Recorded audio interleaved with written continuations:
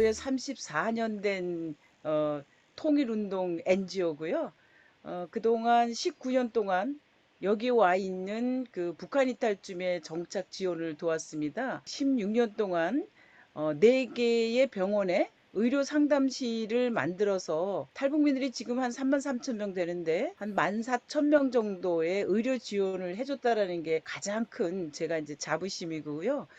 두 번째는 탈북민들이 여기 왔을 때 이분들이 이제 새로운 직업군을 저희가 창출했다는 거예요.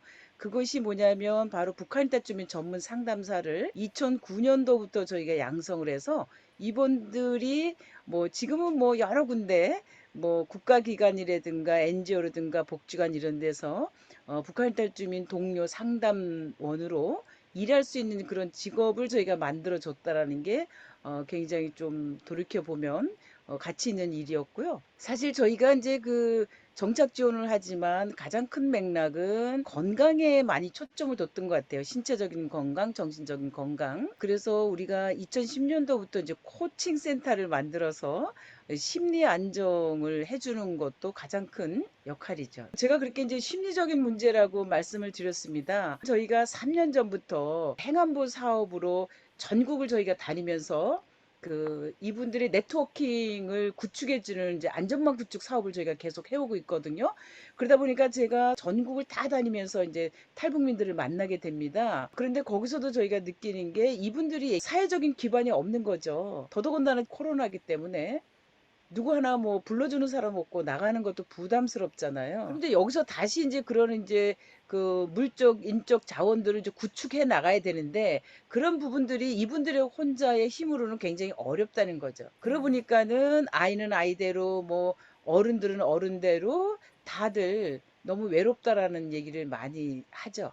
사실은 우리 그 탈북민을 도와주는 단체라는 게 좀 일천합니다. 탈북민들이 와서 만든 이제 탈북자 단체라고도 얘기를 하죠. 그런데 이제 거기도 굉장히 많이 좀 이렇게 그 축소가 됐어요. 외부 환경이 이렇게 녹록지 못하다 보니까 오히려 저는 그 전문가들하고 문제를 얘기를 하고 해결 방법하고 이런 방법을 사실 좀 많이 그 하는 게 이 지금 우리 남한에서의 탈북민 단체들의 아마 현 주소가 아닐까라는 생각을 합니다. 그동안 이제 탈북민을 돕기 위해서 이제 공공기관에서 굉장히 많은 뭐 멘토 멘티 사업이라든가 자매 결혼 맺거나 이런 거를 많이 해오긴 했었어요. 그런데 제가 볼 때는 그것이 그렇게 크게 곽강을 받거나 탈북민들한테 그 성공적이지 못했던 이유가 있거든요. 1차적으로는 너무 탈북민에 대해서 공부가 안 된 상태에서 어프로치 한 게 하나의 실패 요인이고 두 번째는 뭐냐면 이렇게 그 이제 성공적인 케이스를 하더라도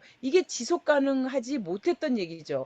정부는 똑같은 사업을 뭐 2년 이상 못 한다든가 유사 사업은 안 된다는 또 조건이 있는 거예요. 연속성이 없다라는 게 가장 문제라는 거죠. 또 국제사회는 탈북민은 한국 국민이다 이렇게 또 논하는 거예요. 제3국에 있는 게 아니라 대한민국에 와서 대한민국 국민 된 사람은 우린 도와줄 필요가 없다라는 거에 저는 굉장히 좀 상처를 받은 거죠. 세계 인권 선언에 있든 인권 뭐 그 조사위원회에서 하는 그런 거에 그 피해자가 온전한 새로운 사람으로 다시 거듭나도록 그거는 도와줘야 된다라는 거는 저는 그거는 국제사회가 해야 될 일이라고 봅니다. 근본적으로 이거는 국제사회에서 사실은 같이 협업을 해서 해야 될 문제지 국제사회에서도 굉장히 일깨워줘야 될 이런 저는 사안이라고 봅니다. 제 경험치로 보면 한국에 온 것을 만족도가 높은 사람이 나이 드신 분들. 그분들은 정말 양쪽 체제를 정말 깊이 있게 들여다봤잖아요. 50대 이상 되신 분들은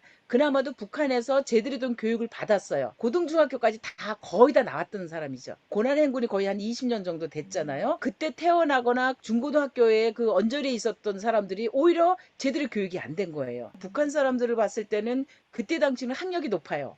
그래도 나이 드신 분들은 굉장히 여기 와서 그 사는 거에 대해서 만족도는 높은데 이분들이 이제 고충이 있죠. 두고 온 가족, 자식에 대한 그리움이나 죄책감, 이거는 굉장히 깊이 있고요.